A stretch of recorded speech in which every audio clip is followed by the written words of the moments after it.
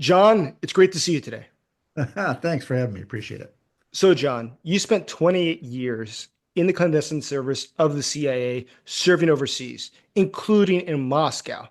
And a lot of people these days are talking about Russian intelligence. It seems that the Russians are actively doing more now than they have in years against the United States and our European allies. What do you think? Is that accurate?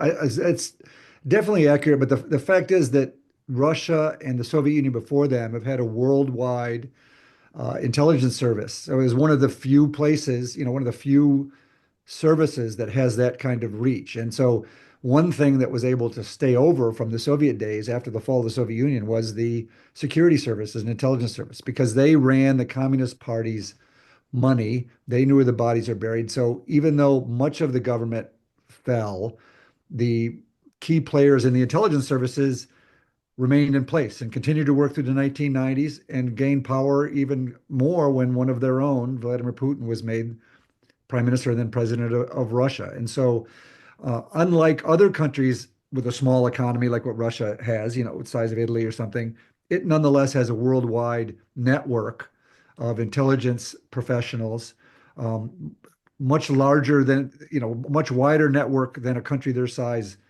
or their relative power should have. So yes, and so in one sense, it's becoming more aggressive in recent years. Vladimir Putin sees the West as a main enemy and has been engaged in assassinations and disinformation and subversion and deception operations around the world. We've seen them all even in just recent years. Um, but it's something they've done for the last 100 years, frankly. And Vladimir Putin is, in some ways, he calls himself a proud Chekist, which that was the name of the Cheka, the original Bolshevik security service. And so, yeah, Russia is a threat, and its intelligence services are probably the key weapon for the Kremlin, unlike other governments where the intelligence service is a value add that just provides information to the leadership. So, a lot of news recently has been discussing the fact that Russia might be trying to influence people, even those people that work in the White House or around the White House. Now, just tell me, let's look at it from the flip side. Obviously, you worked for the Americans, but if the Russians were trying to do this or are trying to do this, how would they do that? How would you have approached it if you were in their shoes and trying to get close to these people? What sort of things do you look for, or what do you offer them? How does this all work out? Well, so to go back again to the history of this, the Russians often tried to create false stories and press false narratives to their enemies to try to keep their enemies weak, off balance, chaos. If there's chaos amongst your enemies, if there ever is a flare up, you're in a stronger position. And so during the Cold War, they would create these fake stories and try to pump it into our news system. As you recall, they tried to create the story that the U.S. Defense Department had created the AIDS virus, for example. And so there's a variety of these things in trying to get involved in elections and stuff. And it's continued on, and it's a key portion of what they do today. So an intelligence service in the West are usually about collection and then analysis. And so what we do is we try to collect information, whether it's from diplomats or satellites or spies. That information is then put to a professional analytics service, which then puts that together to try to make policymakers make better decisions because they have more information on what's happening abroad. Yes, the Russians have that as well. They do get involved in espionage. They run sources around the world. They try to figure out what's happening, but they also have a very aggressive part of the organization, maybe the more important part, that domestically makes sure there's no opposition to Putin or to the Kremlin at home. Repressive part of the security services was quite large and quite powerful. And then overseas, they also get involved in these things I mentioned before: subversion and disinformation and misinformation and agitation and supporting right and left wing groups that could threaten, getting involved in election interference, all of these type of things. And so that's a critical part of Russian intelligence. Whereas my job overseas was to try to find people who had access to secrets that the US government believed it needed to make better policy, and then try to find of those people what subset might be willing to spy for us, work for us secretly to provide that kind of information. So, how does that sort of targeting work? Or how would the Russians do their targeting when looking at potential American assets? Yeah, that's interesting. So because their remit is wider, they're looking at wider things. So as whereas I go, name your place. If I'm going overseas and I'm trying to find out what the Iranian nuclear program is about, we're going to try to look, okay, who are the people that might have access to that information? We'll try to look for them, target, like you said, are there scientists that travel abroad? Are there people, policymakers that have family that we can get in touch with to try to get in touch with someone to see if we can find someone who has a need and might be willing to spy for us. The Russians are doing that too, but they're also looking for people to push their misinformation and disinformation. So you can imagine now when you see the Trump administration, who seem to be very pro Putin, very pro Kremlin, especially President Trump, they're going to be doing a variety of things. They're going to be doing everything from listening to his phones, trying to determine who it is that has influence on him, what kind of, how does he get information? Does he read it? Do people tell him? Is it informal contacts? Is it formal contacts? And then they're going to try to influence that network. They're going to use false information. Say that he gets his information from Tucker Carlson. They're going to try to like pump information into Tucker Carlson, befriend him, provide him with things, either knowingly he then is helping the Russians to try to Mr. Trump, or they're trying to like create an ecosystem around him where he thinks he's getting good information that he then can pass on to President Trump. So they're looking to try to do that type of information. And as well, they're looking for people around the levers of power in the United States and in the West for that occasional source, that spy who might work for them secretly. But they're not just interested in the secret spy like we're interested in. They're interested in that wider information ecosystem. We saw it in the lead up to the 2016 election and since, where they've used social media as a way to pump information and bad information and malign information into our system, either by taking existing information by bad actors in our own system and amplifying it, or creating their own and pushing it in. That's fascinating. Absolutely the case, though. Recently, there's been news that in Romania, for instance, the Russians were able to manipulate the election outcomes there using social medias, namely TikTok. But let me ask you a different thing. Since you've touched on the point of disinformation and those who receive it and believe it, a lot of people are criticizing the fact that Tulsi Gabbard, who is now going to head up the DNI, is somebody who is known to also read Russia Today. What do you make of that? I find that, quite surprising. Usually in the national security space, the people who come into that space are people with long experience, either working overseas in academia. They're given background checks. There's a general consensus on the things that are important in the world, whether it be China, Russia, counterterrorism, counterproliferation. She's very unusual in our system because she started as a Hawaiian-based Democrat and then eventually became a right-wing Republican. And in her views, she's from a sort of Hare Krishna sect that her family's from in Hawaii. And so it's not clear where her sources of information or the way she gets information came from, but there's a number of things that are sort of unusual in the U.S. national security space. Her interests, her very, very strong anti-Islamic views, I think, come from her religious views. Her very strong support for people like um, the Syrian dictator Assad, which was something that's very unusual. I mean, he was a brutal, awful, bloody dictator, but she seemed to be very interested in him.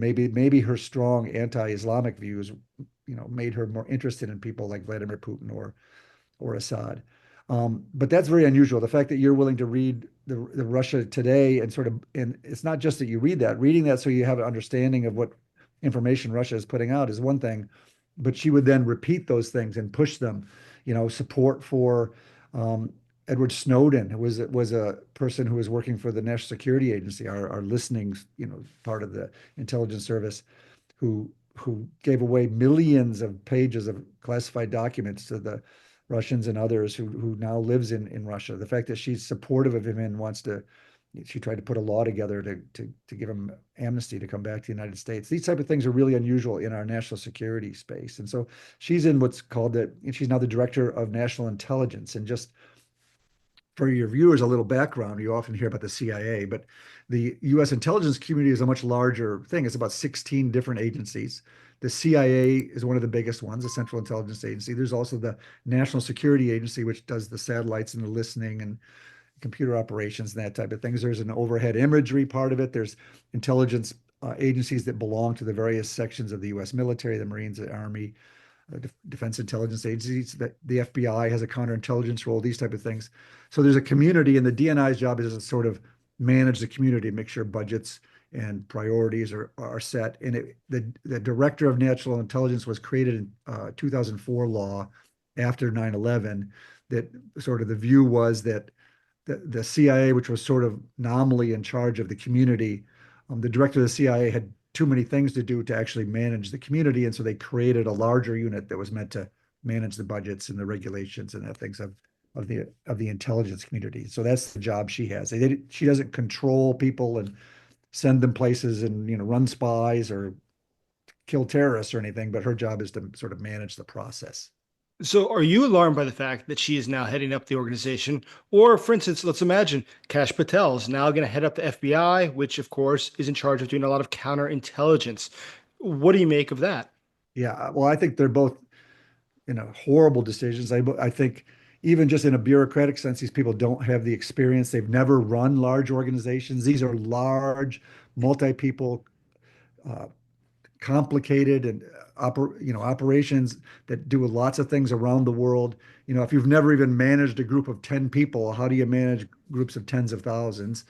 They have sort of strange, political views. They seem to be much more partisan than we normally do. When I came into the intelligence community, it was very clear that your job from the day one is nonpartisan. Your job is about the mission of providing intelligence, foreign intelligence, to policymakers, whether they be Republican or Democrat. You're focused overseas. You're focused on national security issues. It's not a partisan. It doesn't matter who the president is. But what's happened, obviously, under President Trump is he's trying to create very loyal people. And one way of creating loyal people is putting incompetent people in so that they rely on you for everything they do. And so we've seen that in the Defense Department, National Intelligence, and the FBI. And so the FBI does play a role in the intelligence community. So the FBI is this nation's federal law enforcement organization, right? So they arrest bank robbers, they arrest, they try to like investigate and arrest potential officials who might be corrupt. They try to stop terrorism operations in the United States. They arrest, criminals involved in federal crime, but they also have a big role in the national security and intelligence space in the fact that their job is to uncover and thwart foreign intelligence services trying to steal from the United States or trying to influence the United States. So Russia, China, Iran, North Korea, all these places that are very involved in trying to either cause trouble in the United States or, engage in espionage in the United States. It is the job of the FBI to track them, understand them, thwart them. And their also job is to investigate in the case where Americans might be spying for these organizations. So if there are people spying for the Chinese or for the Iranians or the Russians or something, it's the job of the FBI to uncover that, investigate that, take those people to trial and arrest them. So that's a very important function of U.S. national security. And Kash Patel's efforts just in the last few days to fire FBI people and to comments about the professionalism of the FBI are very damaging to that part of their remit. So, John, you served in Moscow. And as you were working there for the CIA, you had to come encounter with Russians who had decided to work for the Americans against Russia. And Mhm. recently I saw that the CIA released a new ad in Russian language. Does that indicate that perhaps there's more and more Russians coming over to the Americans? And what was it that motivated most of the Russians with whom you came into contact to betray their country? Right. So people betray their country, if you will. And oftentimes we would say it's not betraying your country so much. The people that we found were our best sources of information were people who thought that their government was betraying their country. They thought that their leaders were corrupt. Their leaders were hurting the long-term, economic or democratic process of their own country. And they felt that working with the Americans or working with the West was a way to help their country in the long run, for the most part. Some people would work for money or to help health for their children or to get defect and get their children to go to university in the United States. There's as many motivations as there are people. One of the biggest things that people work for oftentimes is ego, that they don't believe that they're being listened to by their own people, and they believe that if the United States government is willing to listen to their views about what's happening there, that's appealing to them and they want to work for us. But so in this one sense, Russians aren't different from anybody else. But the one thing that tends to work with Russia is Russia has been for decades, if not centuries, a repressive imperialist country, and there's a lot of corruption. We see under President Putin in Russia now. He may be the world's richest man. Anybody who wants money and riches in Russia has to work on behalf of Putin and do his bidding. He makes sure even the slightest bit of political opposition is squashed, jailed, or even killed. And so you can imagine there's people in Russian society who believe that he's holding down the health and future of a more democratic and prosperous Russia. He's mortgaging the future of Russia to China, right? So China's now seems to be, much more power and control than Russia. They're becoming more economically weak.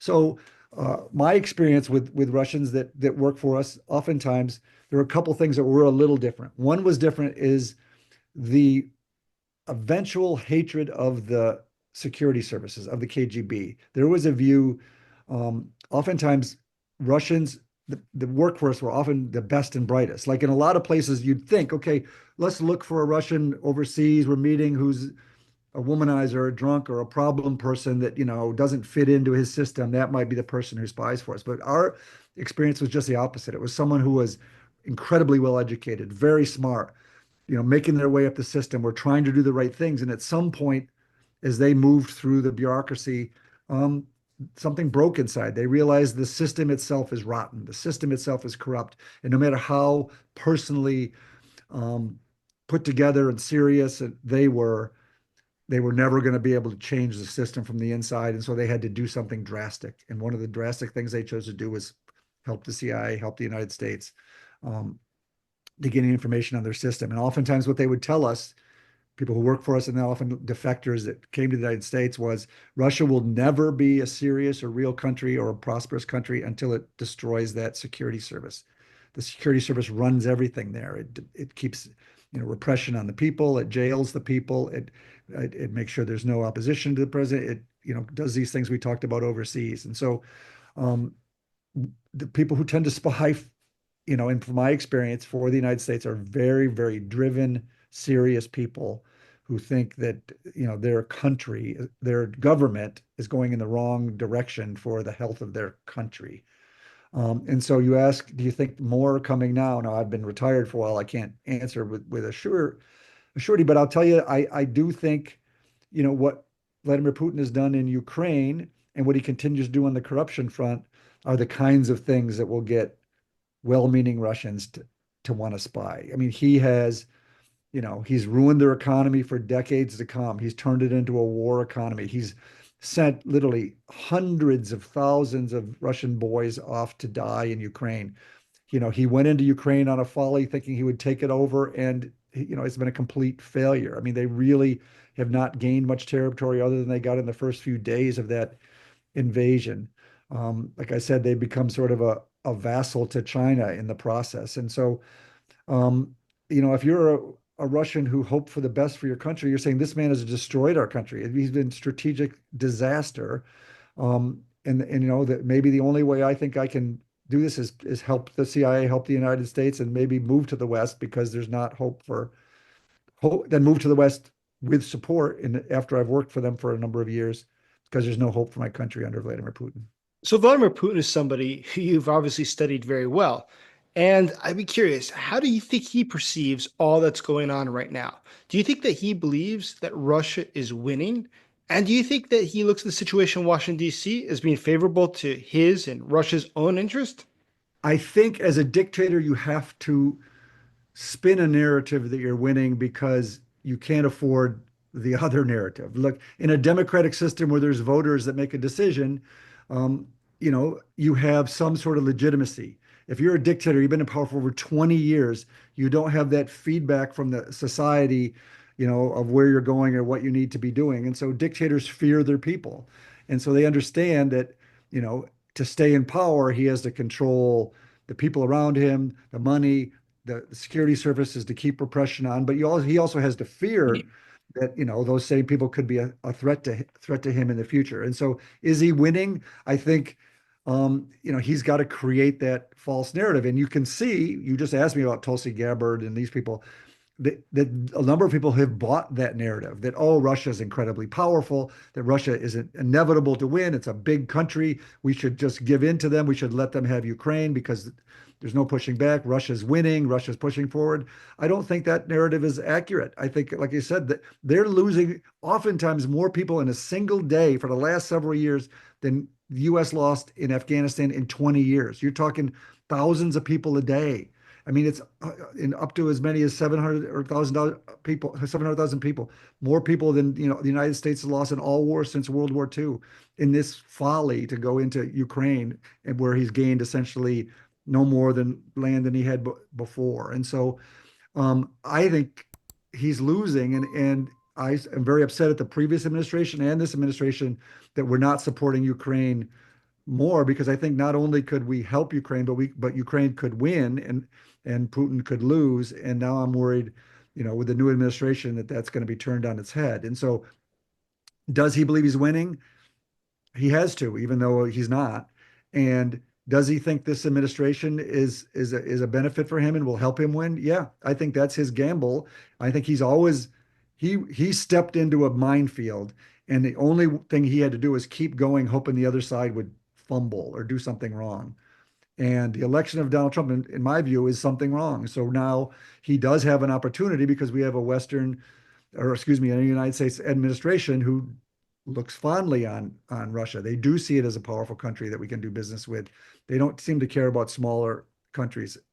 President Trump seems to have this personal animus towards Ukraine. And so I think in that sense, I think Vladimir Putin believes that perhaps, he's been pulled out of the fire and this is an opportunity for him.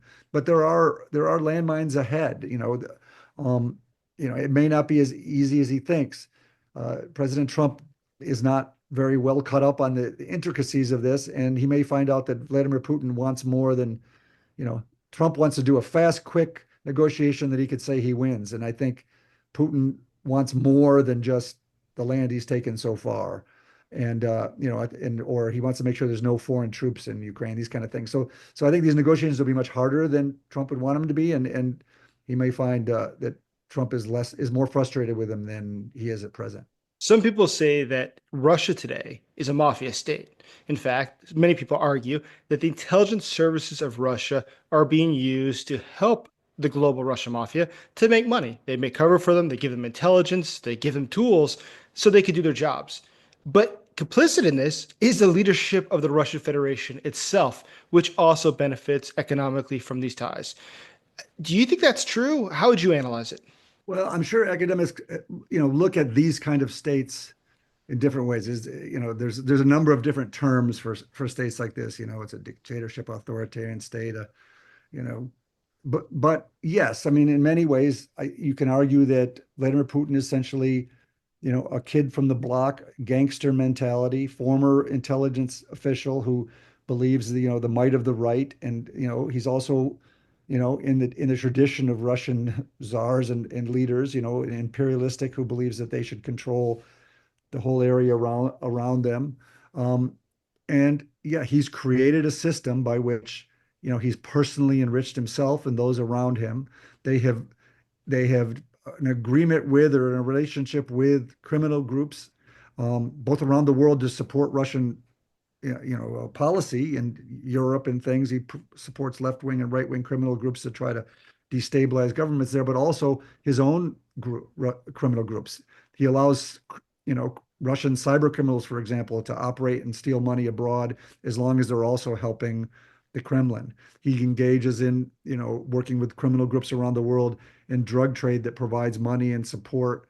And so you can't, like you could in other countries, sort of disassemble, the state from criminal groups, from corruption, from sort of the personality of Vladimir Putin. These things all go together. And when you ask me why people would work for the CIA in Russia, it's that, like, why would you, at some point, your system is so dirty and so corrupt and so entangled with crime that, if you actually have a heart and believe that Russia should be something better, that could be one of your answers of how to influence it. So some people, such as David Satter, a well-known scholar on Russia, have said that Vladimir Putin himself probably ordered the apartment bombings in Moscow, leading to his rise in national popularity, which eventually brought him to become the president of Russia. Additionally, others have said that Putin was probably involved in some of the hostage takeovers, which happened back 20 years already, where Chechens were blamed for taking hostages, who many of which died being saved by the Russian authorities. Do you think that Putin or the FSB was involved in this sorts of things? Yeah. Um, First of all, yeah, I know David Satter. He's a friend. He's obviously very focused on this. His thesis, which he has a lot of information for, is that, Vladimir Putin used the security services to try to, maintain a strong power hold by pretending that, Chechens or terrorists were engaged in terrorist attacks in Moscow and in Russia. And there's a lot of evidence to suggest that those apartment bombings where Russian or innocent Russians died might have been tied to the state and perhaps Vladimir Putin himself because he ran at that time the FSB, the Internal Security Service. Um, it's one of those things, and Satter says it himself. In It's one of those things that's just so hard for a normal person, a Western person, or anybody to think that that's possible, that you would do that to your own people. But to understand Russia, you often have to put aside those things because things like that or crazier than that have happened before. In the Cold War, they would test nuclear weapons on Russian villages. They would drop them on. I mean, there's a history of things like that. So it's not completely inconceivable that that happened. I, of course, don't have enough information to say for sure whether that happened or not, but there's enough ugliness in Russian leadership over the years, but certainly Vladimir Putin to suggest that. In terms of hostage taking, it's not even a question. We've seen it.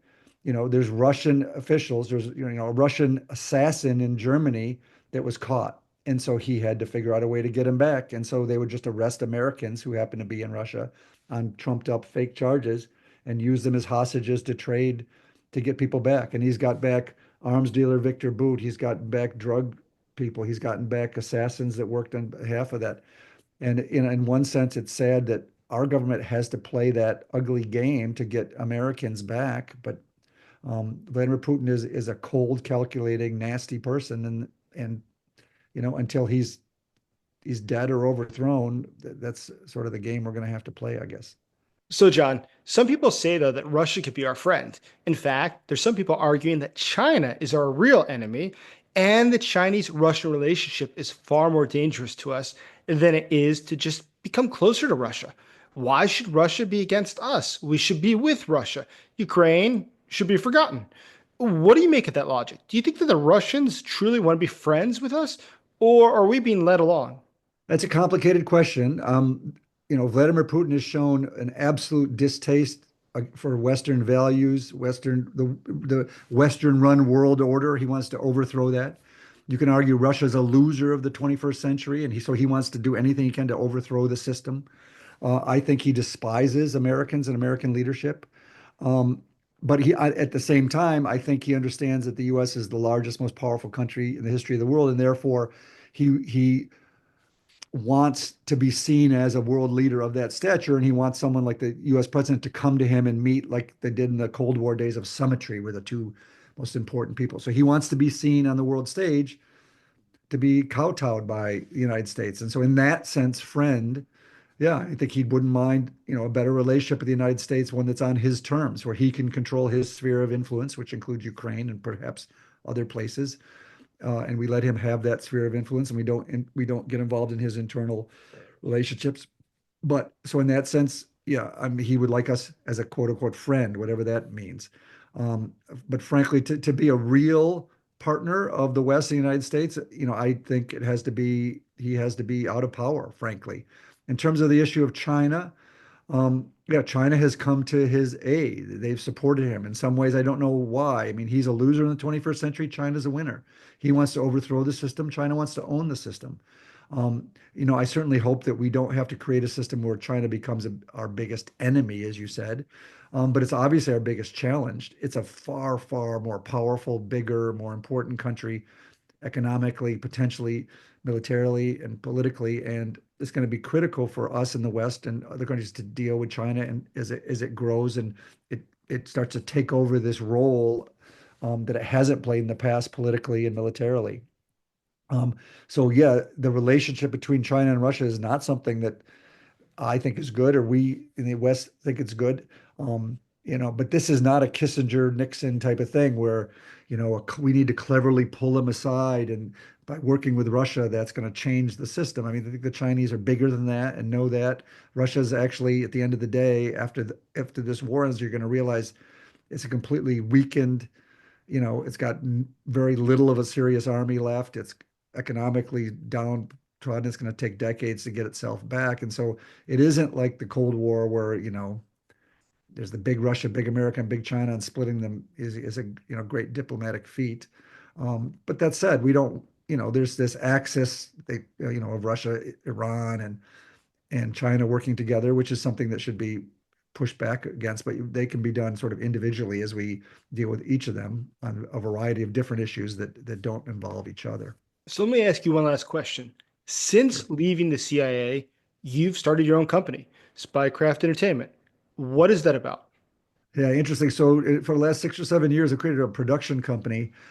Usually Hollywood, when it does espionage related movies, they come and they ask national security people after the fact, after it's been written and produced, to come in as consultants to sort of help with, you know, what do people look like, what do the offices look like, that type of thing. What we wanted to do is work from the beginning to work with writers and producers to build content, either our own stories, uh, intellectual property that we're aware of, or creating our own sort of authentic espionage stories. And so in the process, we have a production company that works with Hollywood to try to create more authentic movies, television shows, streaming series, podcasts, that type of thing. And one of the things I've learned, as crazy as the intelligence community is, Hollywood is even crazier. And things move slowly and not in straight lines, but it's interesting and it's creative, and it's been a fun journey. And hopefully, I'll be able to, next time we talk, I can tell you a few movies that are either close to being produced or on the screen. John, I look forward to that. It's great chatting with you today. All right, my pleasure. Thank you.